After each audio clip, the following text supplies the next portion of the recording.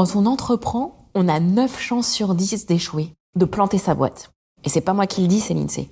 Quand on a autant de chances de rencontrer l'échec, pourquoi y aller ?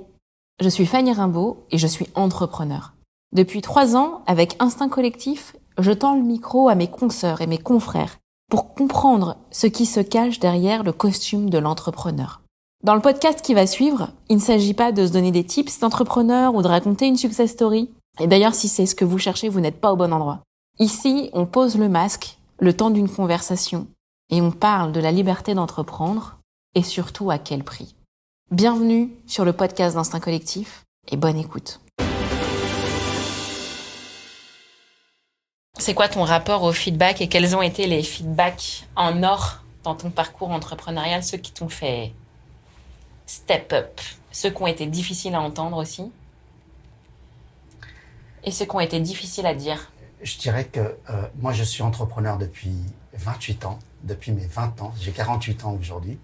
Je suis né en Chine, arrivé en France à l'âge de 10 ans, pour faire rapide, le profil rapide. Et les 2 meilleurs conseils que j'ai eus sur mes 6 dernières années en tant que start-upper, quand j'ai lancé Paris Fashion Shops, c'est un de mes actionnaires qui m'a dit un truc.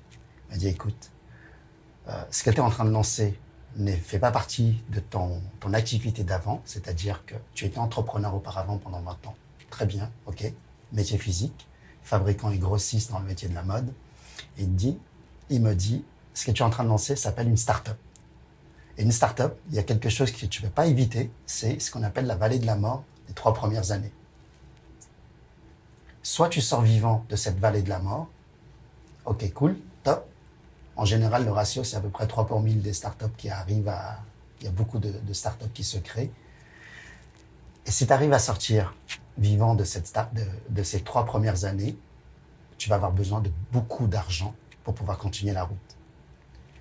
Par contre, si tu n'arrives pas à survivre pendant ces 3 premières années, tu vas pas perdre 3 années de ta vie, tes économies que tu as mis de côté et investi dans ce projet, peut-être ta niaque d'entreprendre. Et finalement, pourquoi ne pas ouvrir le capital dès le départ?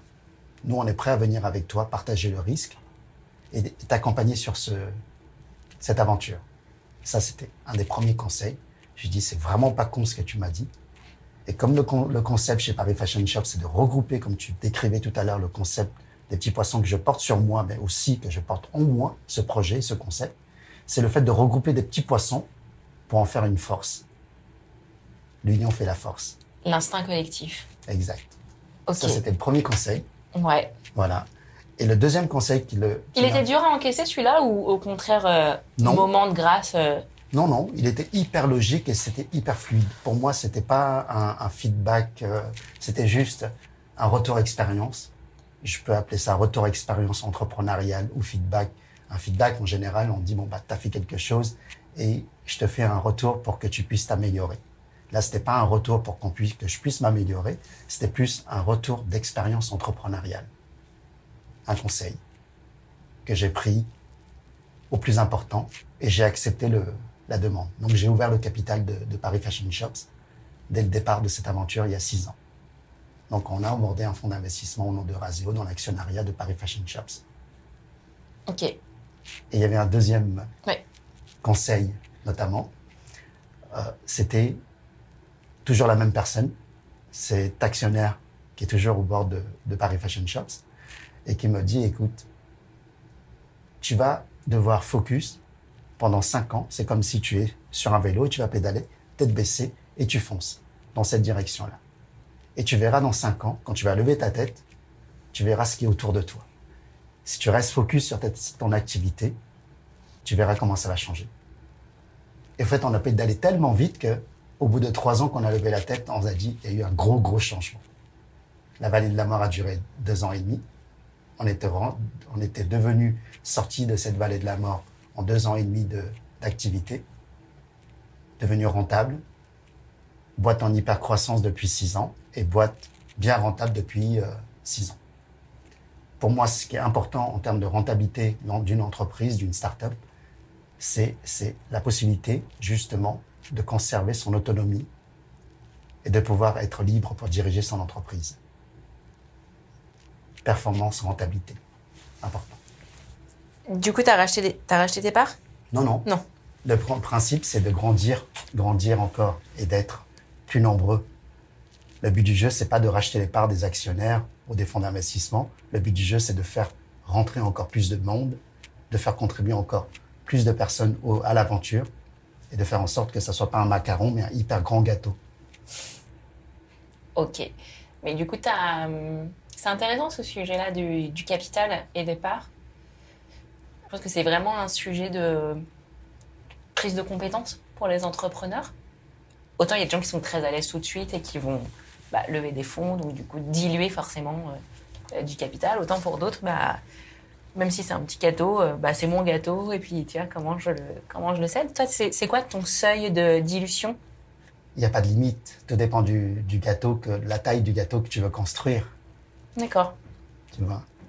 Donc tu peux très bien avoir 90% d'une boîte qui fait la taille de 10 personnes, ou tu peux avoir que 10% d'une boîte qui fait la taille des milliers de personnes. Donc tout dépend de l'ambition entrepreneuriale et de ton objectif. C'est quoi toi, comment tu la formules ton ambition entrepreneuriale en termes de gâteau?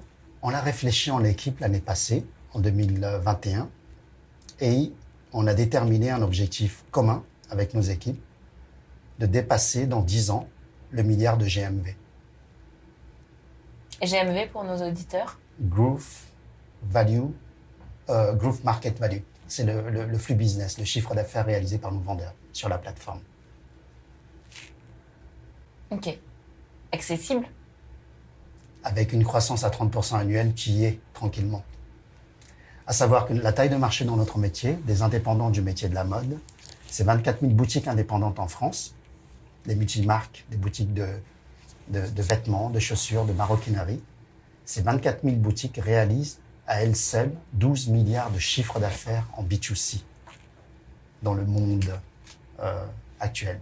Et ces 12 milliards sont traduits sur la partie B2B, très locale, sur Paris, la région parisienne, Sentier et Aubervilliers aujourd'hui, avec 2000 acteurs qui sont les grossistes et les petites marques parisiennes.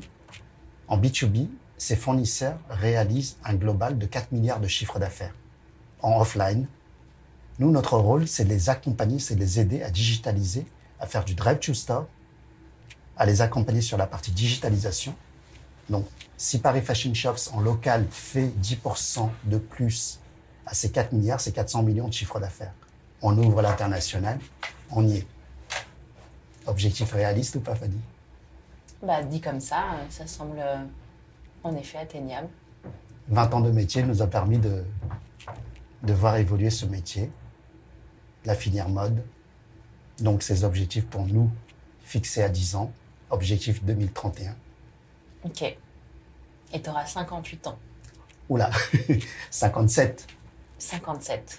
Oui, à 9 ans maintenant, parce que l'objectif, on l'a fixé l'année dernière. Pardon. Ça m'aura rajeuni d'1 an de... C'est ça. C'est ok le temps qui passe? Qu'est-ce que tu entends par le temps qui passe? Quand tu t'imagines à 57 ans, ça provoque quoi chez toi? Je me rappelle des propos du patron d'une boîte qui s'appelle Alibaba. Il a dit, écoute, quand tu as entre 20 et 30 ans, quand tu choisis aller travailler dans une boîte, choisis ton patron, pas ta boîte. C'est ton patron qui va t'inspirer. Quand tu as entre 30 et 40, commence à entreprendre. Tu peux te casser la gueule, tu peux te relever très facilement. Tu as l'énergie, tu as la force, tu peux y aller. Entre 40 et 50, focus sur ce que tu sais faire de mieux et reste focus sur ce que tu sais faire de mieux. À partir de 50, entre 50 et 60, entoure-toi des jeunes parce que c'est les jeunes qui vont t'apporter des idées. À partir de 60, commence à partir un peu en vacances et prends du temps pour toi parce qu'il ne restera pas beaucoup de 10 à derrière. Voilà. Donc j'essaie d'anticiper, je me dis, à partir de 57, j'aurai sans doute pas la même énergie que j'ai aujourd'hui et je vais sans doute commencer à lever le pied.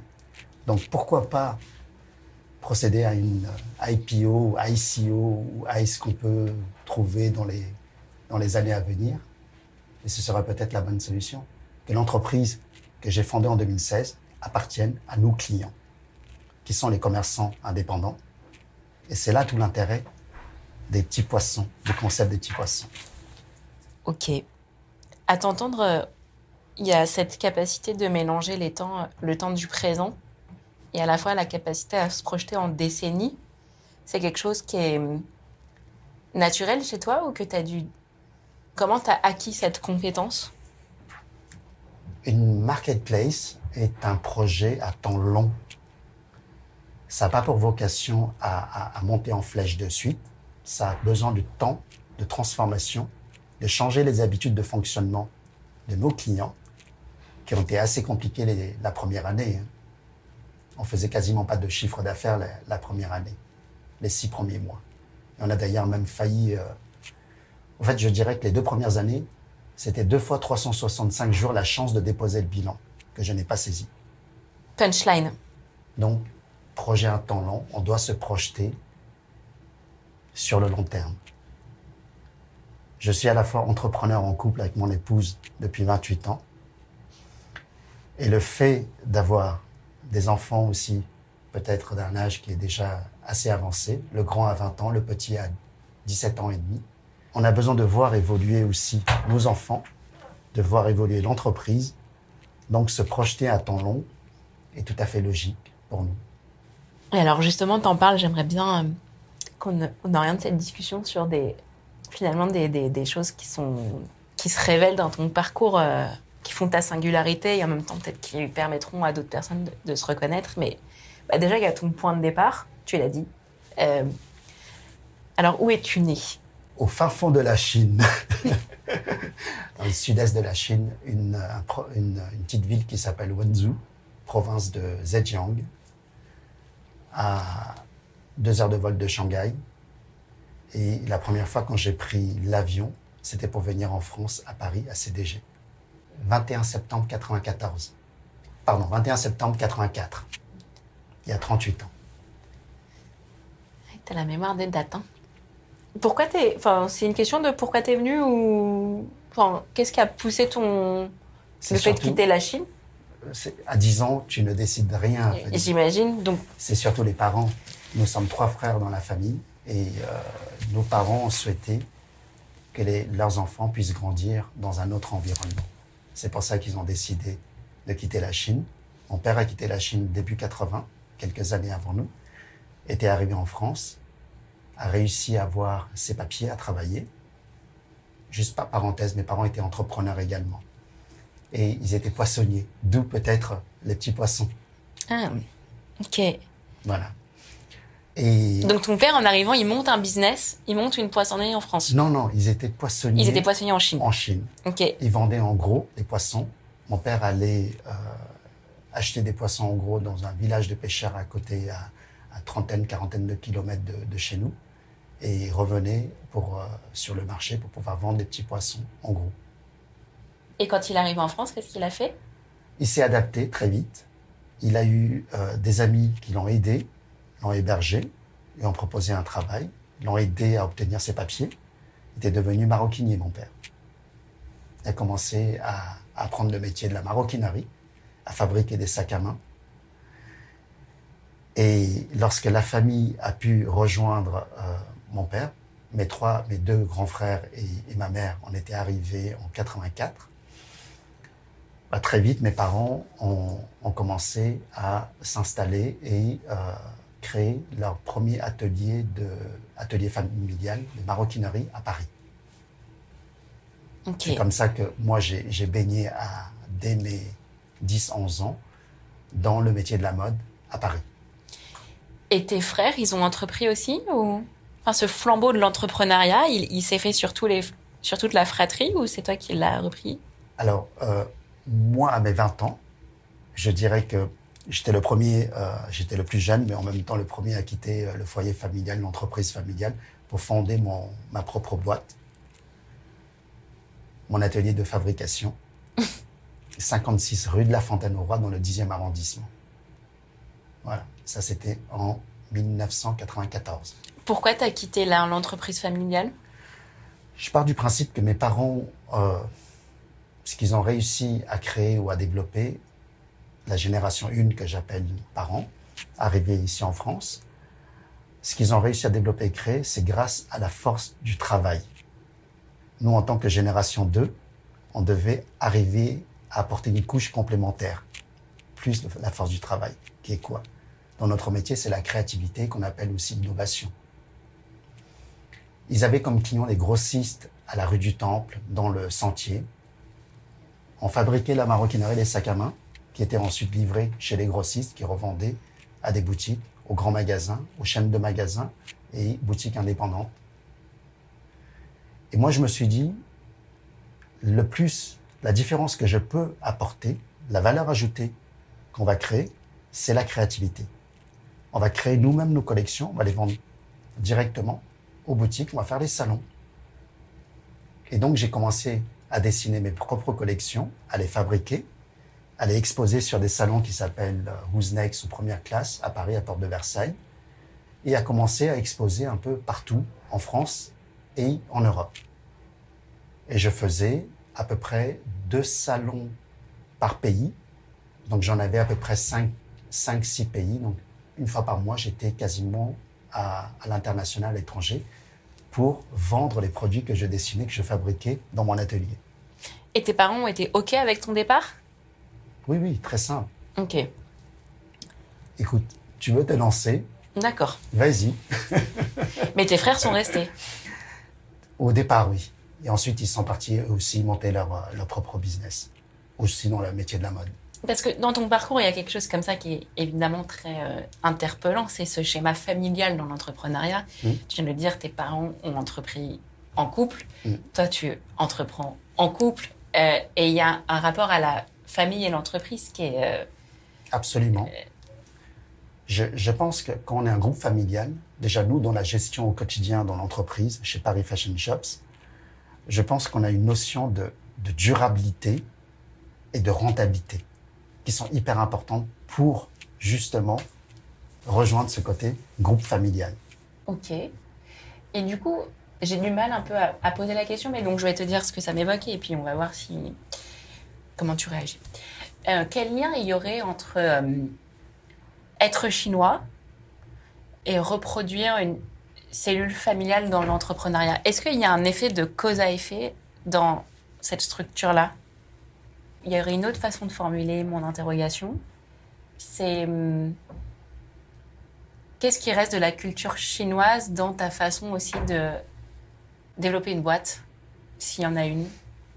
Est-ce que je suis plus chinois ou je français? Je ne sais pas si c'est plus chinois ou français, mais en fait, c'est quoi le sujet de tes origines dans l'entrepreneuriat? Je pense que dans la vie, tout a du sens quand tu remontes un peu plus haut à tes origines. Et on dit toujours que les fruits ne tombent jamais loin des arbres. Si tes parents sont entrepreneurs, il y a de fortes chances que tu sois entrepreneur.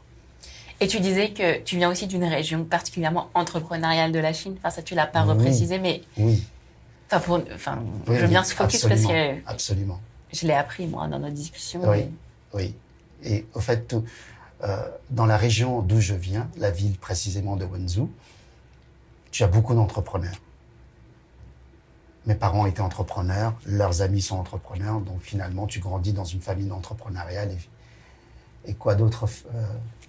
Faire quoi autre que entreprendre? Pour moi, c'est assez logique comme suite. Mm-hmm.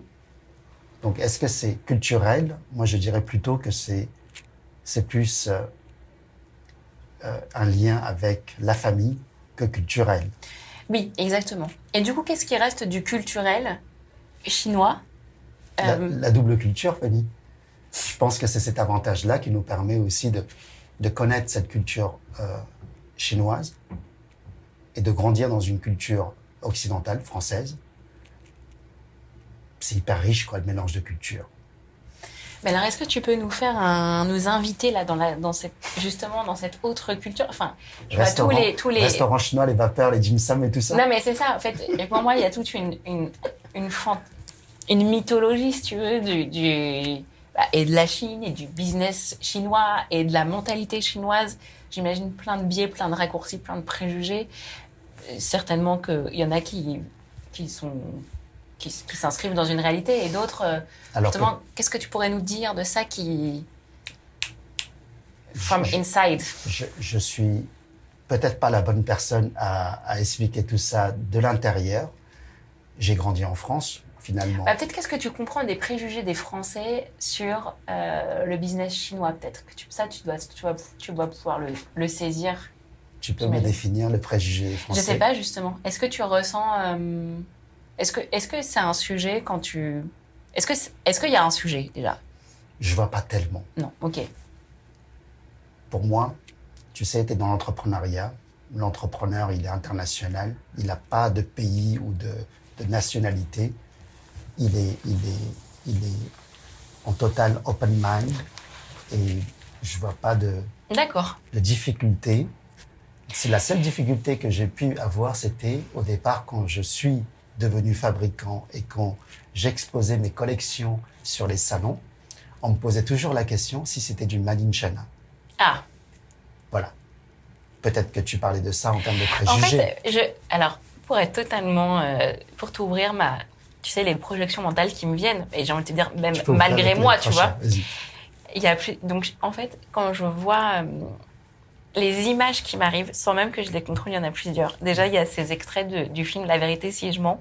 Le sentier, oui. Voilà, où il y a le rapport entre la communauté juive et la communauté chinoise. Ouais, et finalement, vraiment, c'est deux différences de culture. Alors, c'est un film, c'est de l'humour, c'est de la caricature, mais il faut que ça place bien les représentations. Donc, j'ai ça qui m'arrive. Oui. Et puis, en plus, il y a le voyage en Chine. Enfin, tu vois, il y a tu vois, vraiment, il y a deux cultures business différentes. Et puis, tout simplement, je me vois, voilà, encore une fois, à Belleville, où je vois, où j'ai l'impression que cette espèce d'effervescence, cette espèce de rythme continu. Moi, tu me dis professionnel chinois, j'imagine vraiment ce rapport au travail qui est hyper fort, en fait, dans la structure d'un individu. C'est ça que ça m'évoque. Tu vois, un rapport, je vais pas dire acharné au travail, mais où le travail prend une dimension complètement centrale dans la vie des gens. Et ça, c'est du coup le préjugé. Enfin, j'imagine que c'est étayé d'ailleurs pas mal de. C'est une image. Oui, c'est la représentation que je me fais. Mais elle est bonne, hein, cette image. Les Chinois sont super bosseurs. Mes parents étaient super bosseurs. On n'avait pas de dimanche ou de samedi. Tu sais, c'était 7 jours sur 7. Il y avait les commandes. Les commandes pouvaient être passées le vendredi soir. C'est livré le lundi matin. Hein. Donc, week-end ou pas week-end. Nous, on a grandi dans cette culture du travail. Et nous, notre génération, c'était justement apporter cette valeur ajoutée et dire, bon, bah, comment... La pression va être la génération à venir. Bah oui. Tu sais. Et alors, du coup, c'est quelque chose... Comment t'as créé ton équipe? Parce que toi, t'es capable de travailler 7 jours sur 7. On est devenus plus feignants quand même que nos parents. Okay. On a quand même besoin de respirer, on a besoin de se retrouver en famille, d'avoir une vie, je dirais, entre guillemets, normale. Je ne sais pas si elle est normale, mais en tout cas, on a besoin d'un équilibre de vie. Okay. Pour retrouver nos amis, notre famille, le travail. Enfin, c'est un peu ce que je cite, mon tabouret, mon équilibre de vie, c'est un tabouret à 3 pieds. Un pied pour la vie sociale, mes amis, un pied pour la vie business, professionnelle, et un pied pour la vie familiale. Tu travailles combien d'heures par semaine? Honnêtement, je ne les compte pas. Quand tu prends du plaisir à ce que tu fais, tu n'as pas besoin de les compter. Tu es toujours en train de parce que j'ai l'impression que tu es en train de m'arnaquer là, toi, sur ma génération, on travaille moins. Du tout. On travaille différemment. On travaille différemment. D'ailleurs, je pense qu'aujourd'hui, on travaille bien plus qu'avant. Avant, il n'y avait pas les smartphones. Vous êtes nés, vous êtes une génération, vous êtes nés avec les smartphones. Donc, vous êtes sans cesse connectés, finalement, aux emails, aux sollicitations des clients, du réseau. On fait partie de cette génération maintenant, aussi. Donc, pour revenir à ta question, comment nous avons construit cette équipe? Avec l'humain au centre de tout. Malgré qu'on soit sur le digital, tu n'as pas les hommes et les femmes qui sont alignés sur la même direction, tu peux rien construire de grand. même si on n'est que 65 collaborateurs aujourd'hui, pour moi, c'est des hommes et des femmes qui sont hyper alignés sur cet objectif, cette mission, le sens qu'ils font au quotidien du travail et les valeurs qu'on partage chez Paris Fashion Shops, les 3P2I. Les valeurs de chez Paris Fashion Shops qu'on a travaillé depuis un peu plus de 3 ans avec nos équipes et qu'on réfléchit chaque année pour voir si ces valeurs fit encore avec ce que nous faisons au quotidien. Le premier P, c'est le P de la passion. Sans passion de métier, tu peux rien faire de grand et de beau. Le deuxième P, pour le partage. Partage de valeurs concrètes, partage du savoir-faire, d'expérience, pour faire grandir les gens autour de nous, aussi les collaborateurs et les clients. Performance, je te parlais tout à l'heure de la rentabilité. La performance est un signe de rentabilité, de profitabilité pour l'entreprise. Si nous ne sommes pas performants, l'entreprise ne peut pas être rentable, donc ne peut pas avoir son autonomie.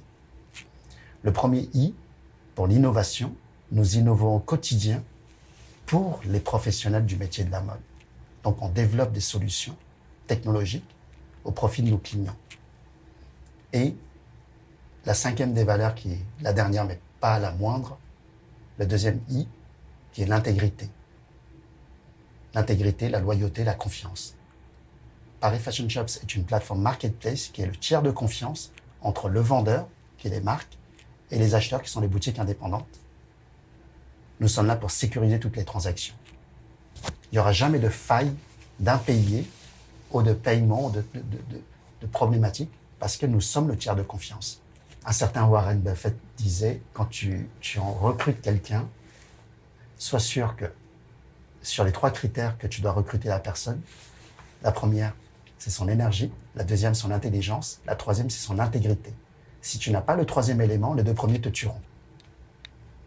Donc c'est pour ça que la 5e valeur chez Paris Fashion Shops, et pour moi c'est le ciment de toutes les valeurs qui existent chez Paris Fashion Shops, c'est l'intégrité. D'ailleurs, comment tu as processé ton parcours de recrutement? Est-ce que vous avez mis en place un parcours particulier, un processus qui te permet de vérifier ça? Je dirais que le premier RH dans l'entreprise, il est là, c'est mon nez. Ah! Jusqu'à 30 collaborateurs, je les ai recrutés un par un. Et à partir de 30, j'avais assisté à une conférence d'un ancien DRH de OVH qui disait qu'à partir de 50 personnes, c'est l'étape qui va être dangereuse, donc il faut bien solidifier la partie recrutement. Et c'est à partir de 30 personnes qu'on a commencé à recruter un responsable RH, chacun son métier, à s'occuper de l'acquisition des talents, à s'occuper des people.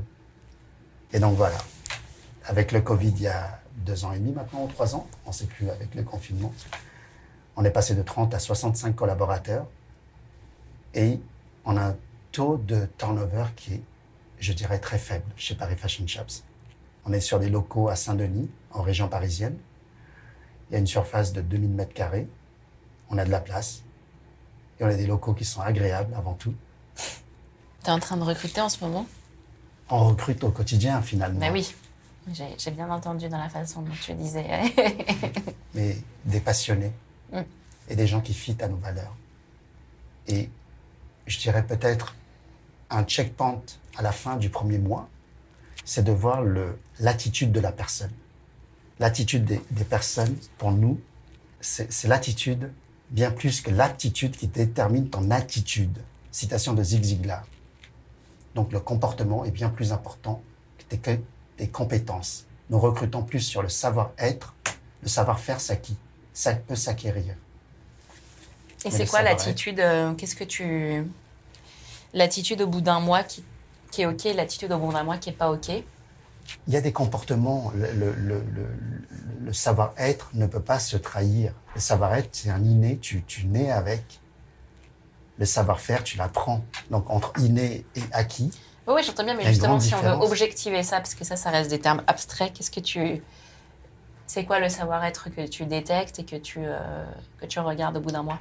Que tu partages nos valeurs, finalement. Parce que là où on dit, les 5 valeurs de Paris Fashion Shop sont là pour monitorer et mesurer, est-ce que tu partages, tu fites ou pas avec nos valeurs? OK. Et justement, dans ton détecteur, là, Ouais. Au milieu de ton visage sur les 30 premiers. Si tu essayes de nous partager les signaux faibles que tu... Voilà. Est-ce qu'il y a des choses, du coup, qui sont devenues comme un algorithme, un filtre automatique en entretien, dans les discussions où tu t'es dit En fait, ce qu'on demande... go, no go. Oui, ce qu'on demande surtout à l'ensemble des personnes qui rentrent chez nous, c'est être transparent. On est hyper cash, hyper transparent. La façon comment on gère la famille avec nos enfants, on gère de la même façon notre entreprise. On est bienveillant, on est cash, on est transparent, on dit les choses qu'il faut dire. Des fois, ça peut être peut-être un peu considéré, un peu peut-être crash. Mais moi, je considère que, je dis, écoutez les gars, c'est très simple. Nous ne sommes pas des arbres. Les arbres, ils n'ont pas le choix d'être à la place où on les a plantés. Qu'ils soient à l'ombre ou qu'ils soient au soleil, ils sont là, ils n'ont pas le choix. Nous, en tant qu'humains, on a le choix. Si on n'est pas motivé, la porte, elle est devant. On peut se serrer la main avec le sourire. Le sourire, le jour où tu es rentré pour venir travailler là, et le jour où tu dois partir, où tu dois sortir, on peut très bien garder La route, elle est longue. Donc, restons en bon terme. Et on se serre la main avec le sourire. En 28 ans de métier, je peux être assez fier de n'avoir jamais eu de prud'homme. Donc, c'est peut-être, je ne sais pas si c'est un baromètre ou c'est un outil qui peut mesurer le côté RH, le côté pif ou le côté nez. Et moi, j'aimerais bien surtout, on est comme des photos, tu vois, tu te revois en entretien, et là, il y a eu tu vois une personne, tu sais, le moment où justement tu étais dans le doute. Attends, il s'est passé quelque chose. Attends, je sais pas si du coup, faut que j'aille vérifier si ce que j'ai détecté. On dit toujours que s'il y a un doute, c'est que c'est...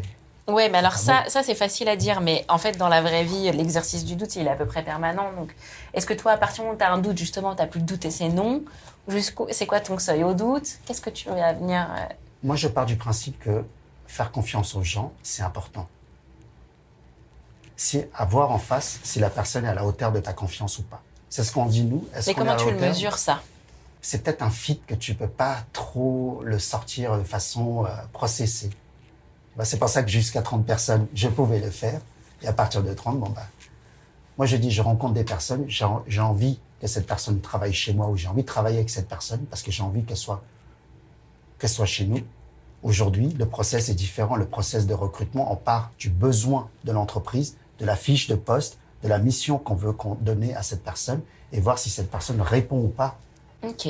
Donc, c'est totalement différent que j'apprécie. Non, mais j'entends que ce soit quelque chose finalement d'assez intuitif, tu vois. C'est ça qui m'interroge, c'est jusqu'où va l'intuition. En fait, l'intuition, c'est une somme de signaux faibles. Donc, c'est pour ça que je me dis, si on zoome sur l'intuition, qu'est-ce que tu détectes? Là, ce serait, si, voilà, demain, ton fils monte une boîte et il te dit, je vais faire passer des entretiens. Ce serait quoi tu lui diras, fais attention à quoi? Je pense que tu nais avec allez, t'as pas la boule de cristal, bien sûr que non. Tu sais, à un entretien, tu vas pas poser une boule de cristal. Mais tu as quand même des sentiments et des sensations que tu détectes lors d'un échange avec une personne. Tu lui diras soit ça? La personne est sincère, soit la personne en face de toi te raconte des conneries. Mais une sincérité, ça se sent. Ok. Dans l'exercice de l'entretien, c'est précisément ça que je trouve difficile. C'est que tout le monde joue... Enfin, tu peux le sentir et en même temps, le flair, il est... Vu que c'est aussi une forme de représentation mutuelle, c'est là que c'est difficile, justement. C'est pour ça que ça pose des questions de détection et de questionnement. Et c'est pas que dans les entretiens ou l'humain, c'est aussi le business. Tu sais, tu as beaucoup de business où c'est du bullshit total et il n'y a rien de solide. Mais quand tu vas sur une base solide, tu n'as peur de rien. Et quand tu parles de toi-même et tu vas au plus profond de toi et tu t'ouvres, tu fais apparaître la transparence. Et si les personnes... Ce que je recherche avant tout, comme je te parlais de la valeur la plus importante chez Paris Fashion Shop, c'est l'intégrité.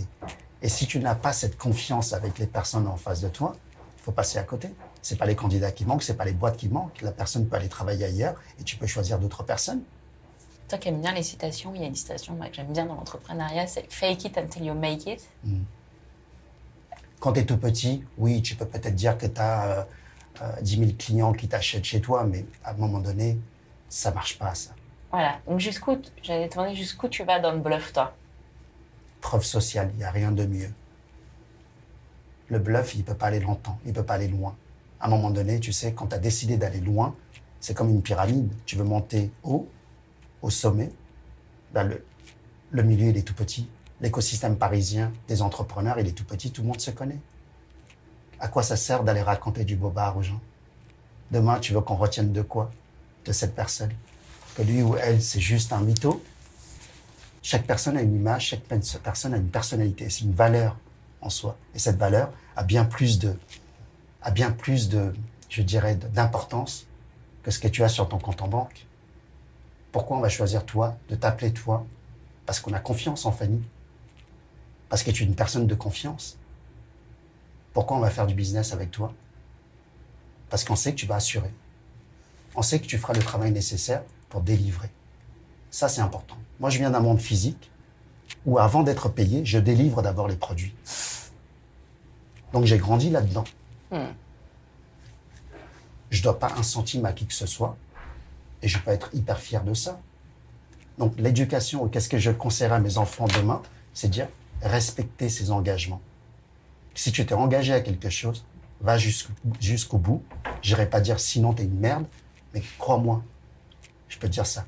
Si tu ne respectes pas tes engagements, pour moi, tu peux rien. C'est tout. D'où l'intégrité. Pardon d'être aussi cash. Non, pas du tout. Mais c'est pas... Oula, t'inquiète pas.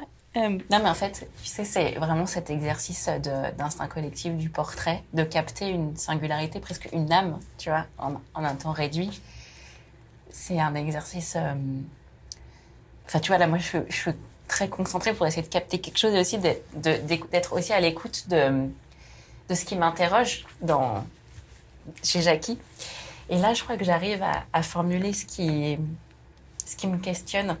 C'est ce contraste entre, tu vois, si on te voit, les auditeurs ou les lecteurs te verront pas, mais on a des photos pour ça. Il y a vraiment quelque chose de très calme, quoi. C'est la figure... Posée. Je suis heureux, j'aime ce que je fais. Mais bah oui, il y a un mais. Évidemment, mais il y a un objectif assez ambitieux, je t'accorde. Voire très ambitieux. Moi, je te dis, voilà, je pense qu'il y a ce contraste entre le calme, tu vois, et le feu, quoi. On sent bien qu'à l'intérieur, il y a une intensité. Chez BPI France, ils m'appellent le cracheur de feu. Bah, je veux bien te croire. Et je me dis, comment ça doit s'exprimer la colère chez Jackie, quoi. Est-ce que ça doit être un truc très... tiens, photo de la colère. Je parle beaucoup, généralement. Tu parles beaucoup? Quand je suis en colère, je ne parle plus. Ah. Quand je parle plus, c'est qu'il y a un problème. Au fait, contrairement à ce que tu peux avoir cette image de Jackie colérique, le Jackie colérique, il est plus calme que l'ours qui dort. Pourquoi? Je sais pas. Tu es né avec des... Tu vois, c'est ce que j'appelle l'inné. Donc ça ne s'exprime pas, ça sort pas, quoi. Ça reste à l'intérieur. Ok. Tu sais, on m'a appris une chose. Si ce que tu dis n'est pas beau, bien ou bon, ferme ta gueule. Qui a dit ça? Un des experts APM que j'ai côtoyé pendant des années. C'est la pression, du coup. Non, du tout. Non? Ok. C'est très beau ce qu'il a dit. Ça t'apprend souvent à te taire aussi, tu vois, c'est bien. Et aussi parce que à un moment, il y a eu cette intensité, tu vois, là où j'ai senti Parce que, en fait, le calme, moi, ce que je peux suspecter dans le calme, c'est le masque, tu vois. Le faux calme, c'est ça? Je dirais pas le faux calme, mais c'est, tu sais, justement, dans l'exercice de l'interview, il y a l'idée, c'est un peu de tomber le masque. Et ce qui est hyper intéressant dans ces rencontres, c'est d'identifier à quel point chaque personne est à l'aise ou pas, de le poser, au bout de combien de temps. Il y a des gens qui le baissent jamais, et d'autres, il leur a fallu un certain nombre de temps passés ensemble, etc. Justement, avec toi, il y a ce truc, je me demande si c'est le calme ou si c'est le masque. C'est ça qui me questionne. Ou c'est le naturel. Ou c'est le naturel, évidemment.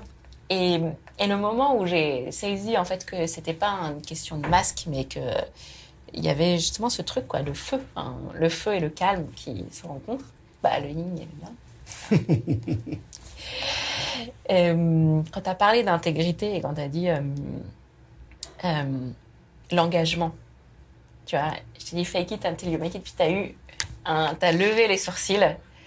Et là, il y a une parole, enfin, tu vois, il y a une voix du cœur, là, tu vois. Enfin, non pas que t'aies pas parlé avec le cœur avant, mais comme un militantisme, tu vois. Je sais pas si on est en phase sur ce que je t'ai dit. Oui. Ouais. Et du coup, puisqu'on est dans notre industrie de la tech, et je me dis, mais peut-être que t'es côtoyé, justement, à avoir un certain nombre de boîtes, voilà, qui conçoivent des actifs technologiques et qui sont, d'abord, on fait le plan et, tu vois, on délivre step by step. Et je me dis, ce qui est vraiment très particulier dans ton parcours, évidemment, si on prend le parcours de Jackie d'entrepreneur, mais là, d'entrepreneur tech, parce que c'est ce que tu es devenu, d'être passé par le dur, par le retail, on conçoit d'abord, on fabrique, on livre et ensuite on se fait payer. Qu'est-ce que ça fait de toi d'entrepreneur tech et comment tu te positionnes, comment tu vois la scène de théâtre de l'entrepreneuriat, enfin de la tech en général, tu vois? Beaucoup de cinéma, pas assez concret, avec de la des POC, des machins, des trucs. Moi qui viens pas de cet univers tech, c'est pour ça que quand on a commencé à lancer Paris Fashion Shops, on a préféré développer notre propre solution from scratch que d'aller chercher des solutions existantes ou semi-existantes qui n'existaient pas ou qu'on nous vendait déjà existantes. Tu vois ce que je veux dire? Je vois très bien et c'est exactement là où je voulais t'emmener.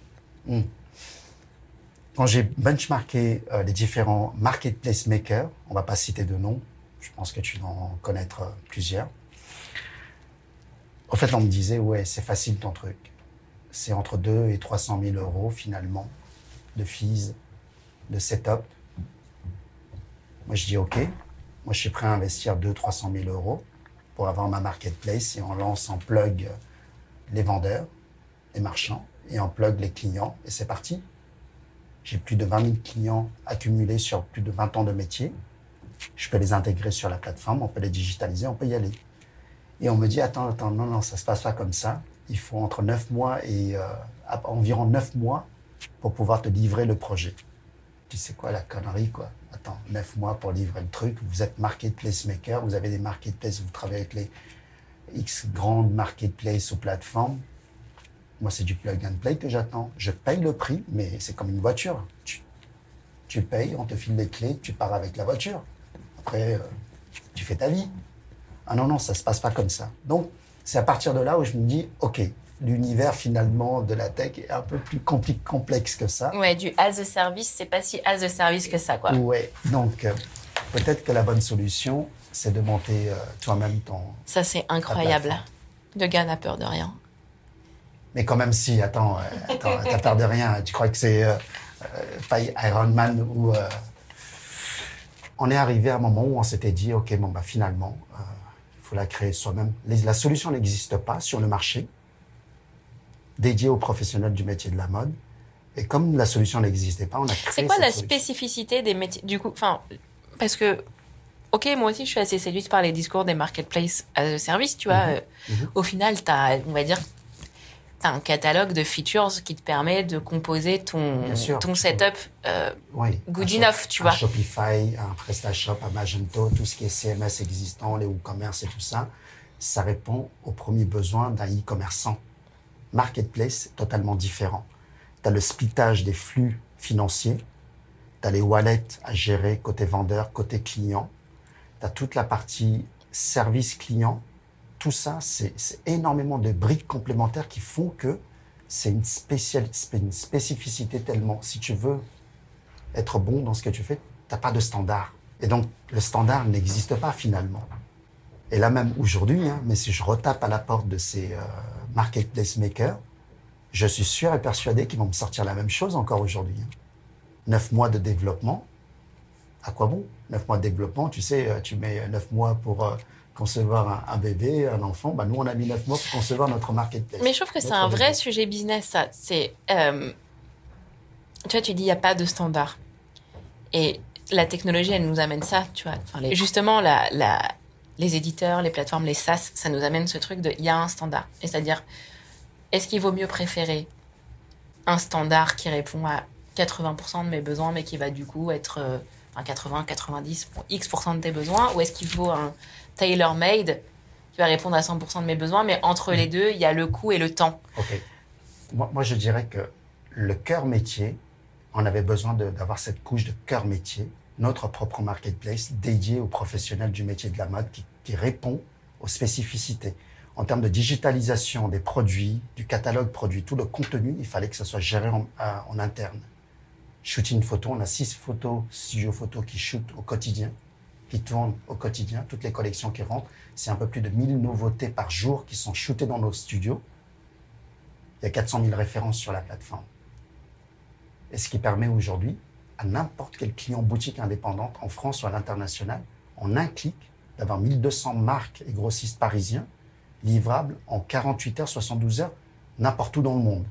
Au départ de Paris, groupage de colis, économique et écologique. En fait, tous ces services-là, de shooting, de groupage de colis, de marketplace et tout le service, il n'existe pas de solution préfabriquée. On avait besoin de fabriquer from scratch cette solution. Et aujourd'hui, tous les solutions SaaS, on utilise bien sûr des solutions SaaS aujourd'hui, des briques complémentaires pour aider les services clients, pour aider le relation client à mieux répondre aux tickets, au traitement des demandes. Ça, on peut intégrer. Tu as plein de solutions aujourd'hui que tu peux intégrer sur la plateforme. Mais si tu n'as pas la base, tu peux rien faire. Ou alors la base dépend d'une société de marketplace maker. Moi, ce que je trouve incroyable avec Paris Fashion Shop, c'est que t'es créé pour que le modèle opère. Je veux dire, aujourd'hui, certes, il y a une barrière à l'entrée qui est telle qu'elle est, mais là, comme ça, je me dis, infrastructure SI, ok, bah il y a des acteurs. Logistique provider, il y a des acteurs. Studio, embedded studio, tu vois, ou externalisation, il y a des acteurs. Et donc, finalement, il pourrait s'agir de faire un lien entre 3 briques, tu vois, qui sont de toute manière tellement... Ah oui, c'est ce qu'on a fait au départ. Sauf que tu attendais 2 semaines pour avoir les photos. Ça ne correspond pas à notre business. Le stock, il bouge très vite chez les fournisseurs. Le temps que tes photos soient intégrées sur la plateforme, le temps que les commandes soient passées, bah finalement, tu as shooté pour rien.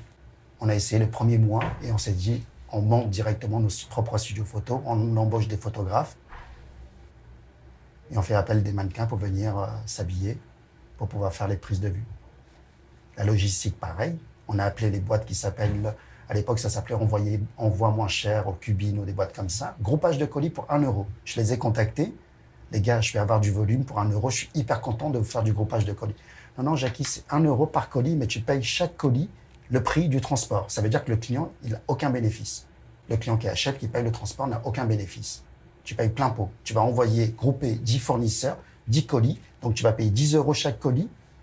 Ça veut dire 100 € plus 10 € parce que tu as 1 € par colis qu'ils appellent groupage. Ils ne vont pas te le traiter en 24-48 heures. On s'était dit, c'est juste impossible pour nos clients.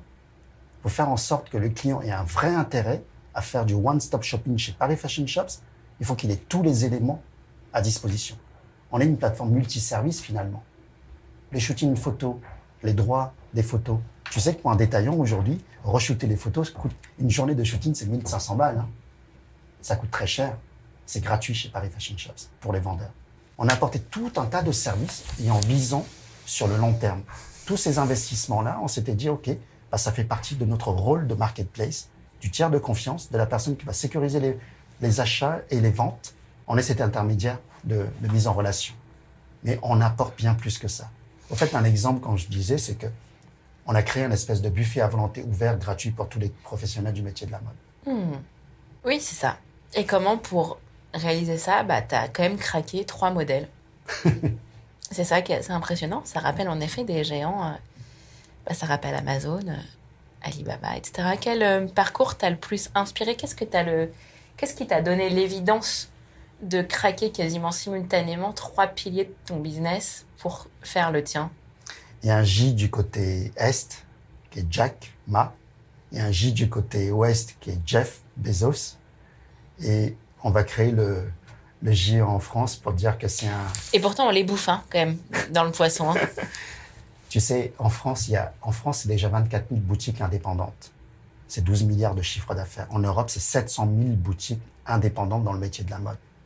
Donc, c'est une force colossale. Et c'est pour ça qu'on se dit, l'ambition, c'est de dépasser le milliard de GMV en 2031. Moi, je pense que c'est vraiment pas déconnant. Et il n'y a pas de fake. C'est du real. Qu'est-ce que tu dis à tes investisseurs que maintenant, du coup, la barrière à l'entrée pour n'importe quel compétiteur, elle sera tellement immense que c'est impossible? Ils sont sensibles à ça? C'est quoi le... Ils sont heureux d'avoir participé au premier tour, j'imagine. Dit-il. Et Amazon et Alibaba pourraient pas justement Ça peut pas être des... S'ils se lancent sur ta verticale? Il y a des gens qui sont bien plus sur le territoire, je dirais, local, qui sont bien plus proches, qui connaissent bien mieux le métier que Amazon ou Alibaba sur notre secteur, qui ont voulu se lancer et qui n'ont pas réussi à digitaliser cette filière de mode parisienne. Et qui sont mes voisins, showroom privé et vente privée. Showroom privé aujourd'hui est acheteur, client chez Paris Fashion Shops, alors qu'ils sont à 20 mètres de chez nous. Tous les vendeurs qui sont installés à Aubervilliers ou à Paris sont à portée de main. Pourquoi ils préfèrent passer par nous? On leur facilite tellement la vie. Mais qu'est-ce que tu as craqué que les autres n'ont pas craqué? Qu'est-ce que tu as vu que les autres n'ont pas vu? J'ai juste apporté ma connaissance métier. Ouais, mais eux aussi. En fait, digitaliser mon métier physique d'avant. À quel moment tu as eu une évidence, une espèce de eureka que tu avais un truc? J'ai rien fait de spécial, Fanny. Tu prends l'exemple de Jacques-Antoine Grandjean. Il déstockait de la marchandise des marques avant. Le métier de VP, c'est digitaliser le stock des marques.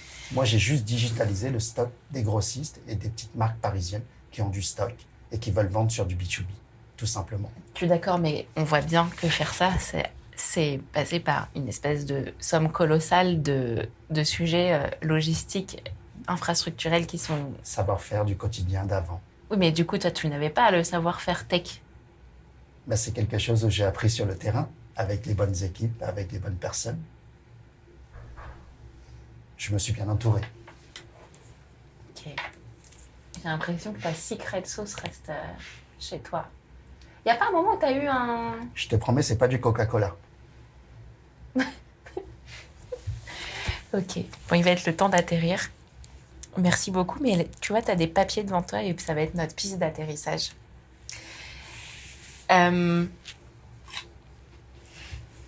Le premier dessin, il est lié à notre discussion. Alors attends, j'aurai plusieurs pistes. Parce que j'aimerais éviter que tu dessines des poissons. Ah, très facile.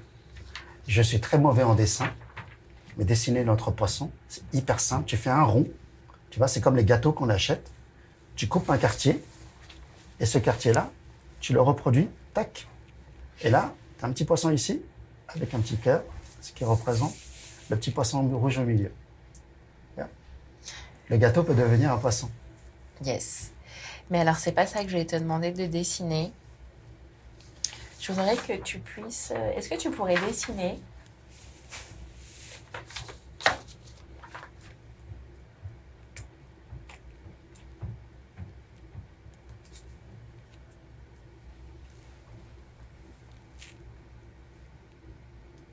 Dessine-moi une fleur. S'il y avait une arme secrète de Paris Fashion Shops, ce serait quoi? Son asset, tu vois, son cœur de Iron Man, sa touch, son truc induplicable. Ça se dessine pas, ça s'écrit. Fais comme tu veux.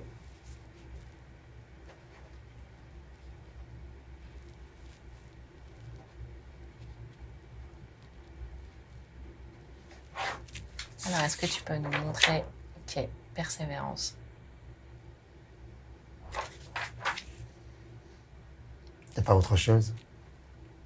1000 fois, on aurait pu déposer le bilan et on a continué l'histoire. Tu t'accrochais à quelle image mentale. Enfin, si on prend l'album photo de la vraie vie et l'album photo des projections qu'on a quand on est dans l'aventure entrepreneuriale, quand je reste et tu t'accrochais à quelle photo que tu voulais?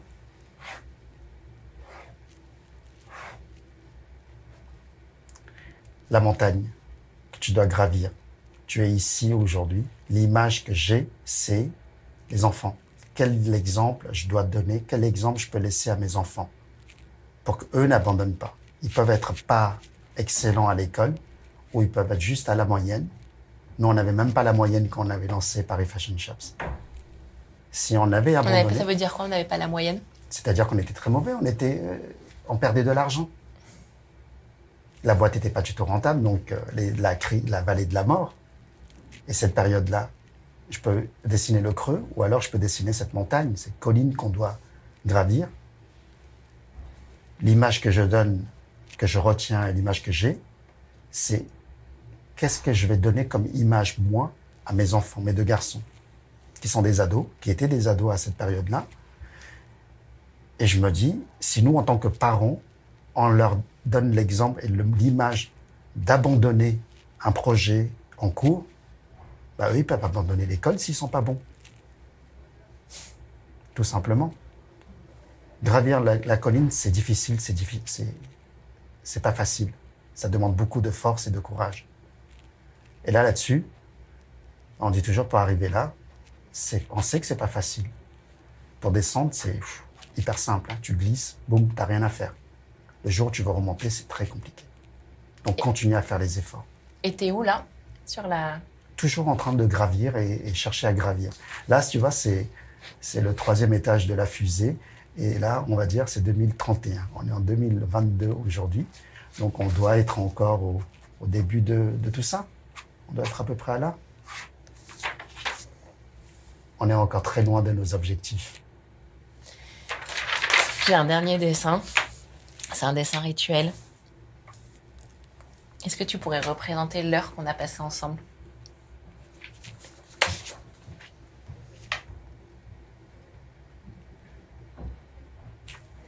Je vais faire la colline à l'envers. Un peu comme un entonnoir. J'ai passé un moment hyper agréable, de sincérité, de transparence. Merci pour ton invitation, Fanny. Merci, Jackie, d'être venue, de parler du masque, de le poser, de le porter parfois et d'en parler. C'est très chouette et j'aimerais beaucoup voir l'usine, moi. C'est pas une usine encore. Oui, pardon, mais... Les locaux, avec grand plaisir. Et on s'organise ça quand tu veux. Merci beaucoup. Plaisir. Ça y est, la conversation est finie. J'espère que vous avez passé un bon moment avec nous. Et si c'est le cas, mentionnez-le sur vos réseaux et votre chaîne de podcast préférée. Vos retours sont hyper précieux, c'est ce qui nous motive à continuer. D'ailleurs, si vous souhaitez prolonger la discussion, vous pouvez me retrouver sur LinkedIn.